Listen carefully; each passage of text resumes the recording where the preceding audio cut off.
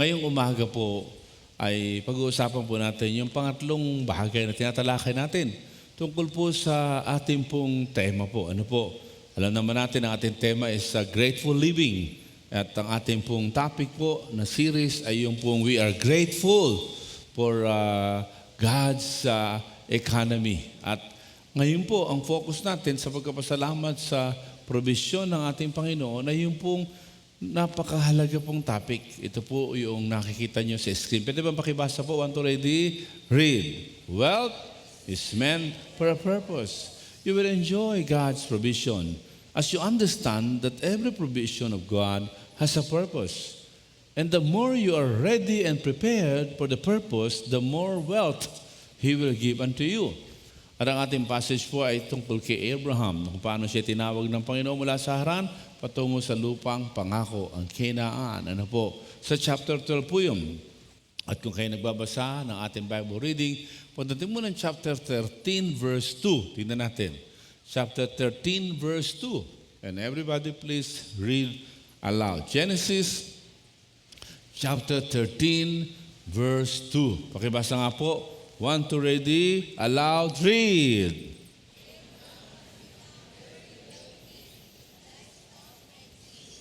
Wow, Abraham had become very wealthy.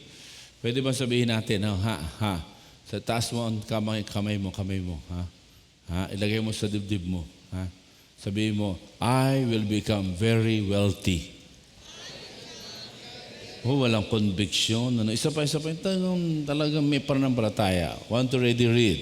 I will become very... At sabi mo, ikaw man, sa kaliwa, nasa kanan. Sabi mo, you will become very wealthy. Go! Abram became very wealthy because he served the purpose of wealth. Hallelujah. Kaya mga kapatid, mga minamahal, when you and I are not ready to serve the very purpose of wealth, we will never experience it. Or even if we receive wealth, there is no joy in it because we miss the purpose of wealth. Hallelujah. In God's economy, alam natin, ang gusto ng Diyos, lahat ay mag-enjoy sa provision ng Panginoon. Kaya hindi kalooban ng Diyos na may napakayaman at napakahirap. Kaya po issue dapat sa atin itong mga Pilipinong Kristiyano na dito sa Pilipinas, ilang pamilya lang yung sobrang yaman at tuloy-tuloy sa pagpayaman at napakarami ay naghihirap. Kaya tayo nagpapasalamat sa ilang mga pamilya at ilang mga mayayaman na yung kanilang yaman ay kanilang ginagawa ng proyekto upang makatulong sa mga mahihirap. May kakayanan silang magpakayaman. Yung mga talaga mayayamang pamilya sa Pilipinas, they have the ability to become rich, even richer. Pero we have seen that they understood that there is no satisfaction in riches alone. Kaya may mga foundation sila, may mga eskwelahan sila, nag-i-equip sila. Pero yung mga dating mahirap na yumaman, hanggang ngayon, walang hangat, kundi patuloy na yumaman at maungusan yung mga talagang pamilyang mayayaman. So sad, but it's true, it's happening. That is not God's design. The design of God, ladies and gentlemen, is for all of us to enjoy His resources, to all of us to enjoy His economy. And we have been learning a lot of things about this. At ngayon, nais ng Panginoon na matutunan natin ang purpose ng kayamanan. Hallelujah. And you have learned to embrace it, then the Lord will see that you are ready to get rich. And so you will become wealthy. Are you ready to get rich? Ba? Mukhang dito lang Dito hindi ready. Are you ready to get rich? Are you ready to get richer? May malakas na palakpak sa Panginoon yung mga ready. Then we need to know and walk in the very purpose of that world. Nalala natin si Abraham? Sabi ng Panginoon sa kanya sa verse 2, I will bless you. I will make your name great. Ano po? Ayan, sabi niya sa verse 2, ano po? I will make you into a great nation, and I will bless you. At I will make your name great, and you will become a blessing. And then chapter 13, verse 2, at nagsimulang nangyari agad. He became very wealthy in all aspects. Yung pong livestock, silver, and gold, those are the three areas where during those time you can be considered rich when you are wealthy in livestock, when you are wealthy in silver, when you are wealthy in gold. Yun ang basihan nila, barometer, kung ikaw ay mayaman at milyonaryo na. Ano po? Yun po ang symbol, status na ikaw ay mayaman. And that is possible for you if you will learn in the life of Abram or later on Abraham. Ano po? What are the things that we can learn? Number one, ano po? Na the purpose of wealth, ladies and gentlemen, is very clear. Wealth is for clearer direction. Wealth is for clearer direction. Si Abraham po, mga kapatid, ang sarap ng buhay niya doon sa Haran. At paikot-ikot lang ang buhay niya doon. At siya na may maraming mga alipin, marami rin siyang mga naipon, marami na rin siyang mga kayamanan. Ano po? But God would like to bless him even more. Pero kailangan, ang buhay, hindi pa ikot-ikot lang. Hindi pa ikot lang. Kailangan may maliwanag na direction. And therefore the Lord called upon Abraham and said, Abraham, leave Haran and go to a place where I will tell you. Ladies and gentlemen, many people are not willing to be disturbed. Di ba? We are not willing to be disturbed. Parang sanay na tayo. Na tayo lang. Sanay na tayo na paikot-ikot. But when God speaks to you and He is giving you new direction, tatakot ka. Ayaw mo. And you'd rather stay sa status quo, you'd rather stay sa iyong comfort zone. Mga kapatid, mga minamahal, may the Lord speak to our hearts. The Lord's promise to enrich Abraham is connected sa kanya pong willingness to receive new direction from God. To receive clearer direction from God. Go from your country to the land I will show you. Mga kapatid, mga minamahal, how much willing are we to be disturbed? We want to become rich, we want to become richer, and yet, we are not willing to be disturbed. We are not willing na tayo maabala. Mga kapatid, mga minamahal, if you really want to get rich, you must understand that wealth is meant for your clearer direction in life. Hallelujah. Tingnan po natin. God's call requires a movement. God's call requires a movement from Haran to a new place. And that is not easy for Abraham. Sapagkat kilala na sila sa lugar ng Haran. Nirerespeto sila sa lugar ng Haran. Pero pag siya ay nag-move at nag-travel, meron danger. At yung lugar na pupuntahan niya, hindi siya familiar. But because God says so he moved. Ladies and gentlemen, God's call requires movement. Are you willing to be disturbed? Di ba, kagaya natin. Ang sarap kayo matulog pag linggo, lalo na kahapon nag-uulan, di ba? Ang sarap matulog at ayaw pa natin bumangon. Pero dahil gusto nating mabulagod ng Diyos, tayo ay willing ma-disturb. Kahit gusto pang matulog, tumayo, naligo. Tingnan mo yung katabi mo, mukha ba naligo?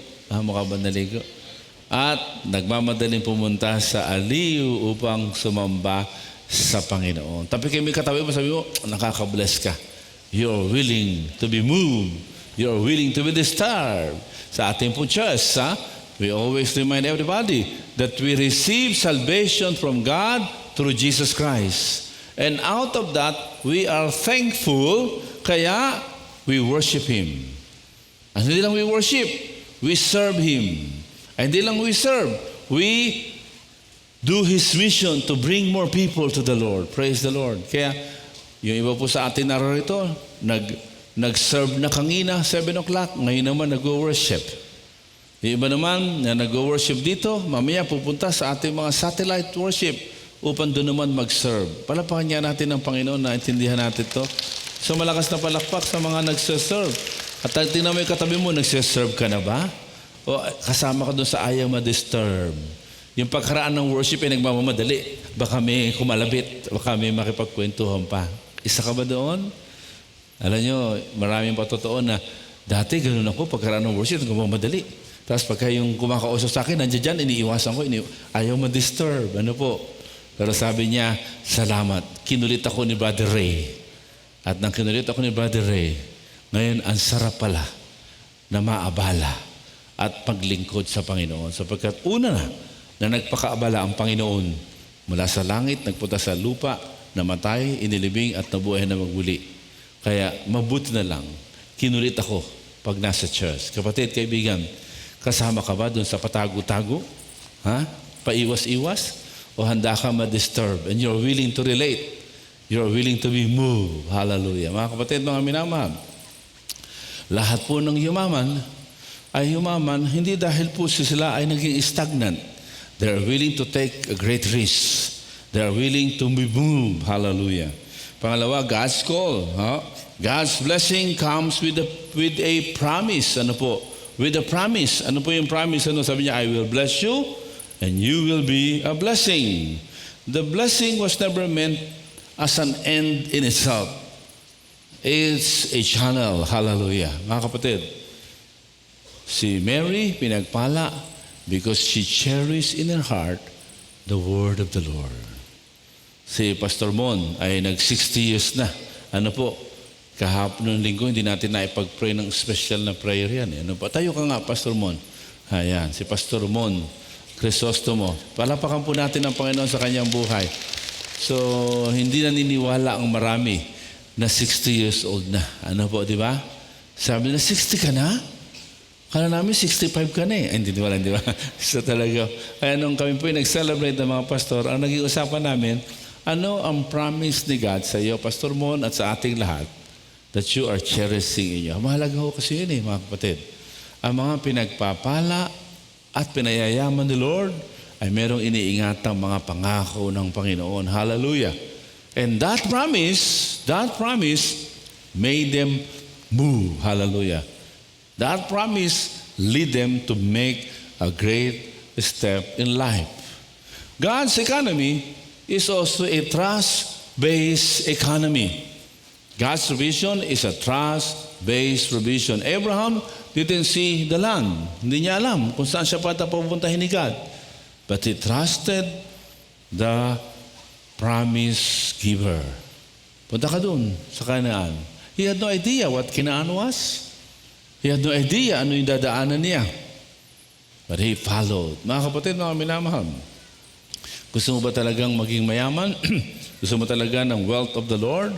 Then, you must understand that His wealth is meant first and foremost for a clearer direction in life. Kaya hingi ka ng direksyon sa Panginoon.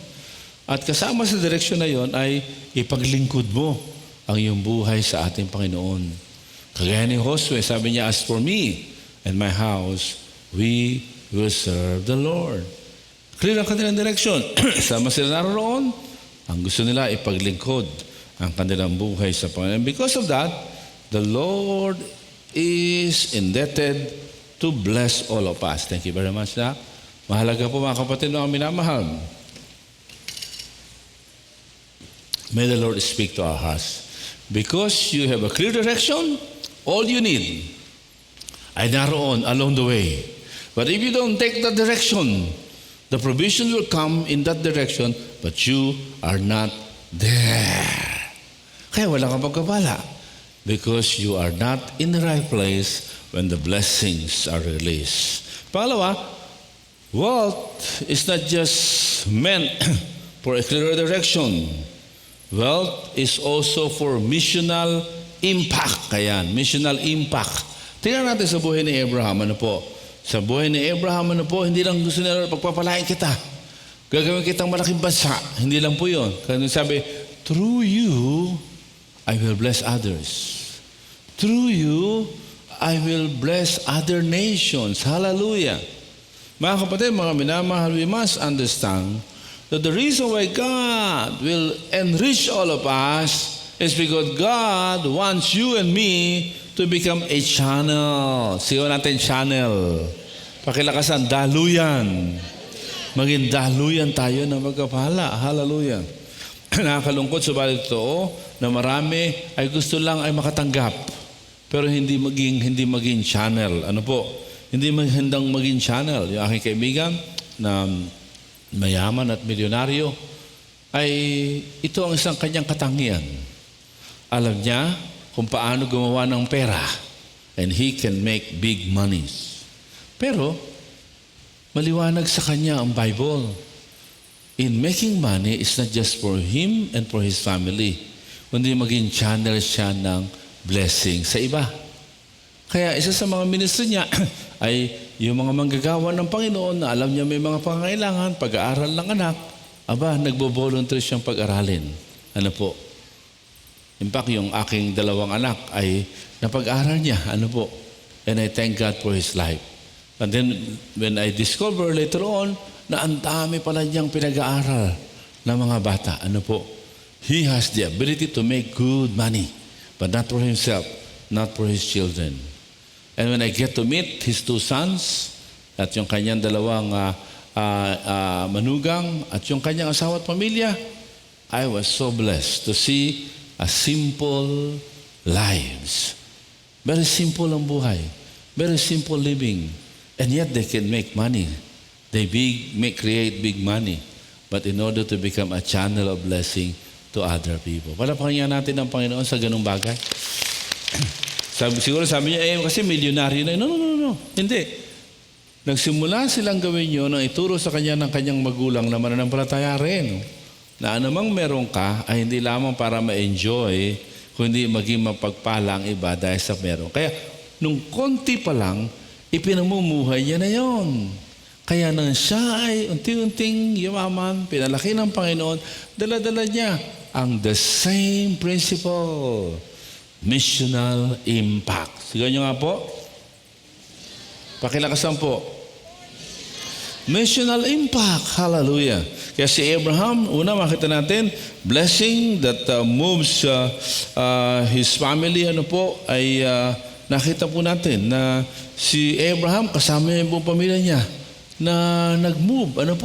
Hallelujah, praise the Lord. At yung kanyang pamilya ay nagkaroon ng impact sa ibang tao. In fact, kung inyong maalaala, nung sila'y lumalaki na, nababalita na ang Diyos ng bayang Israel ay totoo at buhay. Anong sila'y papasok na sa Jericho, ang kalaban nila ay mga higante. At hindi sila mananalo. Kaya nagpadala muna ng spies, at yung spies ay mahuhuli at papatayin. Pero nailigtas sila ng isang babae. Na kaya sila tinulungan ay dahil nadidinig nila ang Diyos ng bayang Israel ay buhay. Hallelujah. Kaya mga kapatid, mga minamahal, makikita po natin sa buhay ni Abraham na ang impact niya at ng kanyang pamilya, mga kapatid, ay kitang-kita. Hallelujah. Mga kapatid, mga minamahal, pati yung kanyang pamangkin na si Lot, nadamay sa pagkapala. Sabi po, pati si Lot yumaman. Kaya yung mga tauhan nila, hindi nakasya yung lupain na kanilang ginagalawan. Kaya sabi ni Abraham, mamili ka. Kung doon ka sa taas, dito ako sa baba. Kung doon ka sa kaliwa, dito ako sa kanan. At sila naghiwalay to enjoy the economy of God together. Mga kapatid, mga minamahal, makikita po natin that the impact of Abraham was not only to him and to his family, pati sa pamangkin niya, at pati sa mga tauhan nila. Grabe. Mga kapatid, mga minamahal, sobra-sobra pag nagpala ang Panginoon. Kaya nahirado, amen. Kaya maganda po yung program nila Pastor Art na bina-announce sa atin, sa ating Hagay. Ano po? Ano po yun? Multiplied. Ano po? Tingnan nga natin. Ano po? Sa Hagay. Kanina pinakita po yun. Ano po? Alam po ninyo mga kapatid, meron tayong kapatid sa Panginoon. Sabi niya, salamat at nagkaroon tayo ng Hagay. Dahil sa Hagay, natuto akong magbalik ng ikapo, natuto akong magkaloob, at natuto akong magbigay sacrificially out of the volition of my heart. At dahil doon nakita ko, totoo pala ang promise ni God na ang anumang resources na meron ka ay hindi lang para sa iyo, kundi maging channel of blessing ka. And that's yun na nagsimula ng promotion niya sa kanyang kumpanya. At na-promote siya, pati mga anak niya ay nagkaroon ng magandang trabaho. At sabi niya, sana magtuloy-tuloy ang ating Haggai project. Ito po yung ating pagkakaloob sa ating pong sacrificially, sa ating pong CTFE. Pakita natin yung latest picture ng CTFE. And praise the Lord. Ano po? Ayan po. Meron na rin po ito. Tapos na po. Tapos na yung ground floor. At ito po, tinatapos na yung upper ground floor. Tapos ito pong second and third floor or third and fourth floor ay balcony po yan. Balcony. Yan, ito po. Tapos na po ito. Ito po at saka ito. Tapos na pong buhusan. Yan po ay balcony. Parang ganun, balcony. Palapakanyaon natin ng Panginoon. Malakas na palakpak sa Panginoon. Praise God. Noong linggo, there was a prompting in my heart na pumunta doon sa coffee shop sa Jayco. At ako ay sabi ng Diyos, punta ka doon, magkape ka. Yung pala naroon yung mga young pro na babae. At may maglilibre sa akin ng kape at saka donut. Ano po. Kaya ako yung nag-donut at nagkape doon sa gilid habang nakatanaw. At habang nakatanaw ako dyan sa building na yan, ano po, doon sa lugar na hindi aircon, the Spirit of the Lord spoke to my heart and reminded me na some time ago, I sat in the same place and I looked at the area, wala pang building, wala pa. And we don't have money. And God spoke to my heart na itatayo ang isang gusaling magbibigay kalawalatian sa Panginoon. And I cannot help, with a teary eye, I thank God that what was just a dream before, now is becoming a reality because of our generosity. Palapakan natin ang Panginoon. Glory to God. Praise the Lord. Hallelujah. At ito po ay nangyari kay Abraham. Ano po? He was willing to take the risk and he took the risk. Kaya po, yung pong buhay ni Abraham, nung siya tawagin, in-ensure niya na siya ay magbibigay luwalhati sa Panginoon. Ano po? Worship in every season. Abraham built an altar in different places. Abraham honored God along the journey. Alam niyo po, mahalaga po yun. Ano po? Sa pamilya mo, sa buhay ng pamilya mo, every step of the way, may ginagamit ang Diyos. May ginagamit ang Diyos. And don't forget to thank God. Don't forget to thank the people whom God used. And also thank God who used them to bless you. Hallelujah. Kaya nagbibuild siya ng altar to worship God. Ibig sabihin, lagi mong ayahin ng pamilya mo to worship God in any season ng buhay mo. Whether in plenty or in wants. Whether in joy or in sorrow. Choose to worship the Lord. Tulad ni Job. Sabi niya, di ba? Naked I came from my mother's womb. Naked I shall depart. The Lord gave and the Lord has taken away. At ano sabi niya sa huli? Blessed be the name of the Lord. Sigaw nga natin lahat yun. Blessed be the name of the Lord. Go! Yung talagang sigaw. Yung mas malakas, unang pagpapalain. Hallelujah! Praise God. And let us see, people are watching Abram and his family. And they see that the hand of God is upon them. Mga kapatid, kaya may impact ang buhay. Sabihin ng kapitbahay mo, bakit ikaw? Pareho lang tayo nagkakaproblema. Pero iba, may kakaiba sa inyo. May kakaiba sa inyo. I met my high school teacher and nag-hello kami. Hi, hello, bye-bye. At pagkaraan, bumalik siya at tinawag niya ako ulit. Sabi niya, Jonel, there is something in you I cannot explain. Sabi ko, ano po yun, sir? I cannot explain.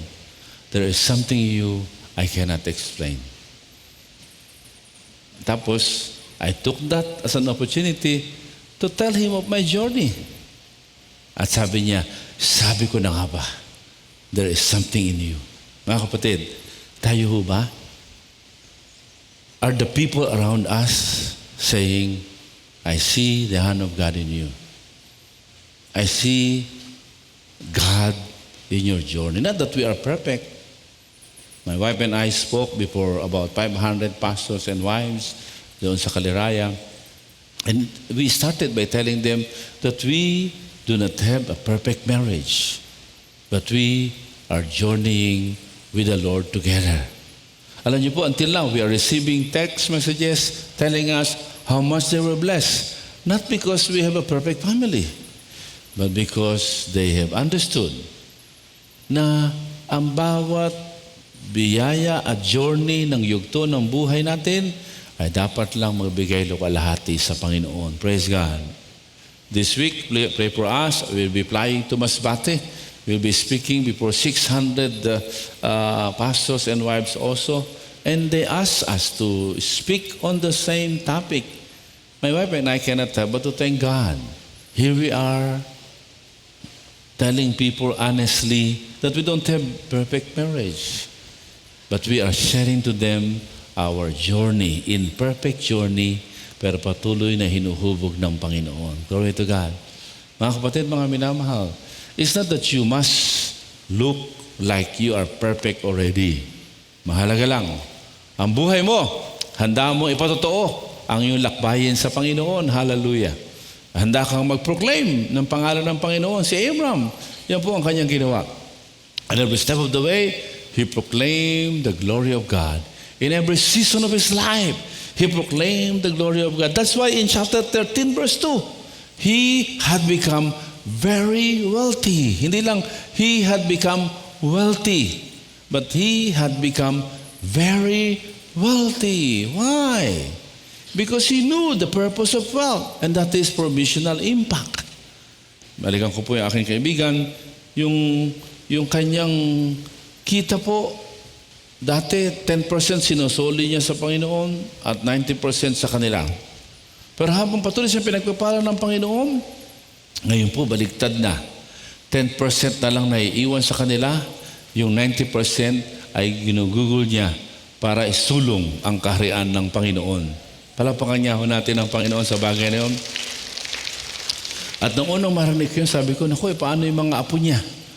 But when I met them, pati yung apo nila, ngayon yung apo niya, tinetry na niya na pumalit doon sa niyang anak bilang presidente ng kanilang kumpanya. I can see that even yung mga apo niya, yung 10% lang, hindi nila alam paano gagugulin sapagkat sobra-sobra yung 10%. Gusto niyo ba maranasan ganon? Can I hear louder amen? Can I hear louder amen? Then desire to have an impact sa yung resources ngayon. Hallelujah. Kaya po, si Pastor Art nananawagan, today is the last day for us to participate dun sa program. Ano po yung kanyang panawagan? Multiplied, ano po? Multiplied, ayan, economy. At mamaya as we end, then you come forward, you can give whatever participation you want to give in response to become part of our Hagay. Ano po? Pangatlo at panghuli, the purpose of wealth is for a clearer direction. Ready to be moved, ready to be disturbed. Second, the purpose of wealth is for missional impact, not just for you and your family, but you become a channel of blessing. At pangatlo at panghuli, the purpose of wealth is for stronger faith. Pakilakasan niya po. Pakilakasan po. So hindi lang tayo, pera. Hindi po. Kundi faith. Pagka kayo pananampalataya, doon lalo darating ang kaperahan. Hallelujah. Kaya sabi ng Panginoon, sa mga gusto nyo yumaman, it's a warning. Baka sa kagustuhan nyo yumaman, tumalikod na kayo sa pananampalataya. Magsisisi kayo. Pwede may pera kayo, pero ang daming misery in the midst of the riches and wealth. Ladies and gentlemen, wealth is meant for a stronger faith. Para ang ating pananampalataya ay lumakas, tumatag. Hallelujah. Alam nyo, when Abram responded to the call of God, he became rich. Ano po? But there was a famine. He was not exempted from the famine. He and his family were never exempted from the famine. Look at verse 10. Now there was a famine in the land.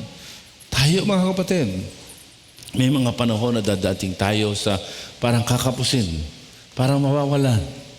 Pero pag dinignan ninyo, magtiwala ka lang sa Diyos. Makugulat ka, makakalampas ka. Isn't it right? Yung bang kala mo, wala na, ubus na. Pero just continue in faith at magugulat ka, makakaraos ka, may sobra pa nga. Can I hear another amen? Ha? Isa lang pumapalakpak. Kinahinala doon, amen. Praise God. Kaya lang, pag natakot ka, wala na labang plabigas, wala na palabigas. At doon ka na natakot, ay nawawalan talaga. Pero sabi mo, opo, ubos na ang palabigasan ko, pero ang supplier ko ay sagana. I choose to believe in you. Magugulat ka. Meron ka pa palang lagayan ng bigas na hindi mo pa nababawasan at darating sa iyo. Hallelujah. 3 things I would like to stress. Una, faith is tested through crisis. Darating ang crisis. Ano po? At isusubukin ang ating faith. Kung ang faith mo ba ay na doon sa riches mo, nasa wealth mo, baksa ka.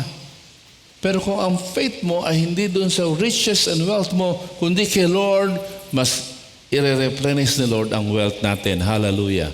Kaya manatili po tayo na matatag ang ating pananahan sa Panginoon. Matatag ang ating pagtawag sa Kanya. Hallelujah. Pangalawa po, resources cannot replace relationship with God. Unahin natin relationship sa Panginoon. Yung pag-isip sa umaga, pray, worship. Pag Sunday, dumalo tayo sa ating worship service. Ano po? Yung ating malilit na anak, dali natin sa Sunday school. Praise God. Hallelujah. Kaya po sa Colossians chapter 2, verse 7, ang sabi po doon, kailangan mag-ugat tayo kay Kristo. Mag-ugat tayo kay Kristo at ma-build up tayo kay Kristo. Rooted and build up in Christ, in Him. Strengthened in the faith as you were taught and overflowing with grateful. Kailangan natin mag-ugat. Marami sa atin walang ugat. Pagka lumindol o kapag humangin, buwal. Kasi hindi nag-uugat eh. Kaya tayo nagpapasalamat sa ating lakbayin. Can we show it? Kaya meron tayong lakbayin booklet. Ano po? And we encourage you to go through it kasama ng inyong pamilya. Ano po? Itong lakbayin at saka yung ating Bible. Ito po. Ito po ay 12 lessons from the Bible. Tuturuan ka. 12 lesson. Ang maganda ko dito, every after the lesson, may commitment. Halimbawa, tuturuan ka dyan paano mag-pray. Di ba alam mo yung prayer pala, dapat kung ano na sa puso, yung nasasabihin kay God. Tapos may example. Tapos sa bandang huli, alam mo na, opo, ngayon, anong oras ka magpe-pray araw-araw? So merong commitment. Tuturuan ka paano magbasa ng Bible at mag-devotion. Tapos pag natutunan mo na, alam mo na, opo, sandali lang. Anong oras ka magbabasa ng Bible araw-araw? Yun ang ganda. 12 lessons. Ano po? At yung Bible. Because I am a member of Philippine Bible Society, ano po? Ay, meron tayong malaking discount. Ano po? Ang Catholic Bishop Conference of the Philippines, ang Protestant at tayo po na Evangelical Christian, ano po? Sama-sama sa Philippine Bible Society na nagdi-distribute ng Bible. Ano po?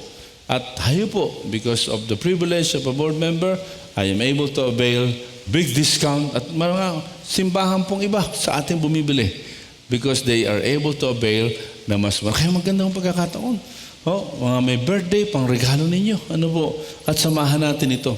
At ituro natin 12 lessons paano mag-ugat para pag may bagyo ng buhay, matatag. Dahil ang pananampalataya ay nag-ugat sa Panginoon. Tingnan mo yung katabi mo. Nag-uugat ka ba sa Panginoon? Huwag mong tingnan ng binti kung may varicose vein. Hindi. Nag-uugat ka ba kay Kristo? O akala mo ay religion lang? Hindi religion ang pinapasukan mo dito, kapatid. Relasyon ito sa Diyos. Relasyon sa Diyos na nagkatawan tao, nag-alay ng buhay sa krus, namatay, inilibing, ngunit nabuhay na magbuli at kumatok sa puso natin. Tayo naniniwala sa Kanya. Pero nalaman natin, hindi pala sapat na naniniwala tayo. Kailangan pala kumakatok siya, papasukan siya sa puso. At sa isang prayer, nagpakumbaba tayo. Sinabi natin, Panginoon, maghari ka sa puso ko. Tayong lahat ay yumuko. Kung hindi mo pa nagawa ito, naanyayahan si Jesus na nabuhay na magmuli. Sumabay ka sa aking panalangin. Hindi aksidenteng narito ka upang marinig mo ang katotohanan ito. Nakikinig sa iyo ang Panginoon ngayon. Sabihin mo, ng tao sa puso mo, ang ganitong panalangin. Sabihin mo ang ganitong panalangin ngayon. Panginoong Jesus, naniniwala po ako sa iyo. Salamat po sa pag-aalay mo ng buhay sa krus. Sa iyong pagkamatay para bayaran ang lahat kong kasalanan.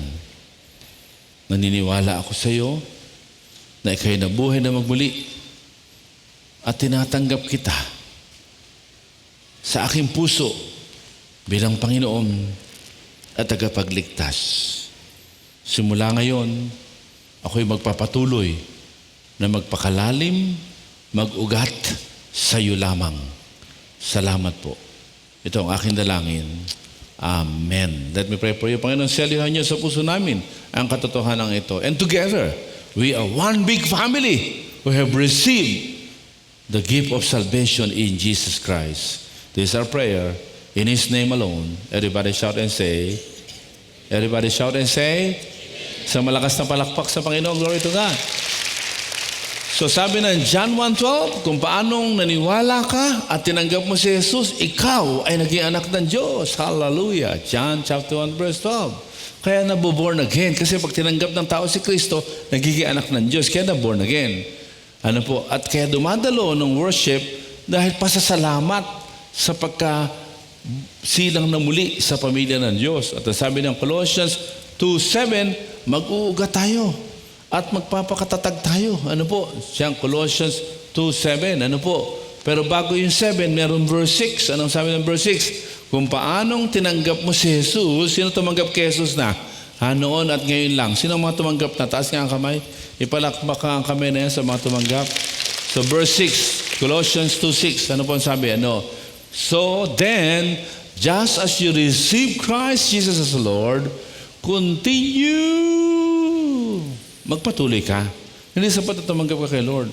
Magpatuloy ka sa Panginoon. At paano magpatuloy? Verse 7, mag-ugat ka. Kaya kailangan po yung ating pong lakbayin. At pagdating sa lakbayin, dadaan tayo sa ating encounter para maunawaan mo yung lawak ng ginawa ng Diyos sa buhay mo. Kaya this Saturday, meron tayong encounter breakthrough sa pamumunan ni Pastor Herman. Praise the Lord. Mga kapatid, mga minamahal, may the Lord speak to our hearts. Well, it's meant upang ang ating pananampalataya ay lumakas. Faith is tested through crisis. And resources cannot replace relationship. Pag inuna mo ang kayamanan, napapabayaan mo na relasyon mo kay Lord, pagsisisihan mo yan. Yan ang sabi ni Paul kay Timothy. Pero pag inuna mo relasyon mo kay Lord, kasama yung resources. Can I hear louder? Amen? At pangatlo at panghuli ang sabi po, dependence deepens in times of need. Meron ka bang pangangailangan? Yan ay pagkakataon para ipahayag mo kay Lord, your full dependence is unto the Lord. Hallelujah. Letter C, ano po ang sabi po ng letter C?